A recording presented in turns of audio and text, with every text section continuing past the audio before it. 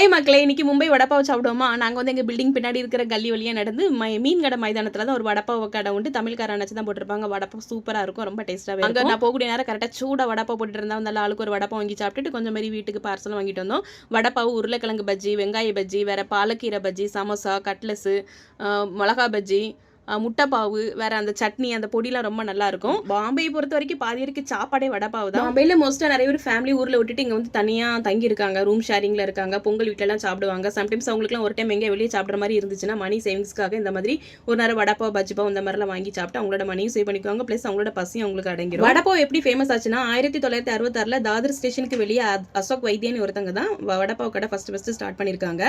தாதரில் வந்து நிறைய துணி கடை உண்டு, பெரிய டெக்ஸ்டைல்ஸ் மில்லெல்லாம் உண்டு. அவங்க உள்ளவங்க வெளியே வந்து அதை வாங்கி சாப்பிட்டு அப்படிதான் வடப்பாவ் ரொம்ப ஃபேமஸா இருக்கு. வெளிநாட்டுலலாம் நம்ம வடப்பாவை இந்தியன் பர்கர்னு தான் சொல்லுவாங்க. அதுக்கப்புறம் நம்ம வடப்பாவ் வந்து நம்ம ஃபுட் ரேங்கிங் லிஸ்ட்ல 26வது இடம் பிடிச்சிருக்கு.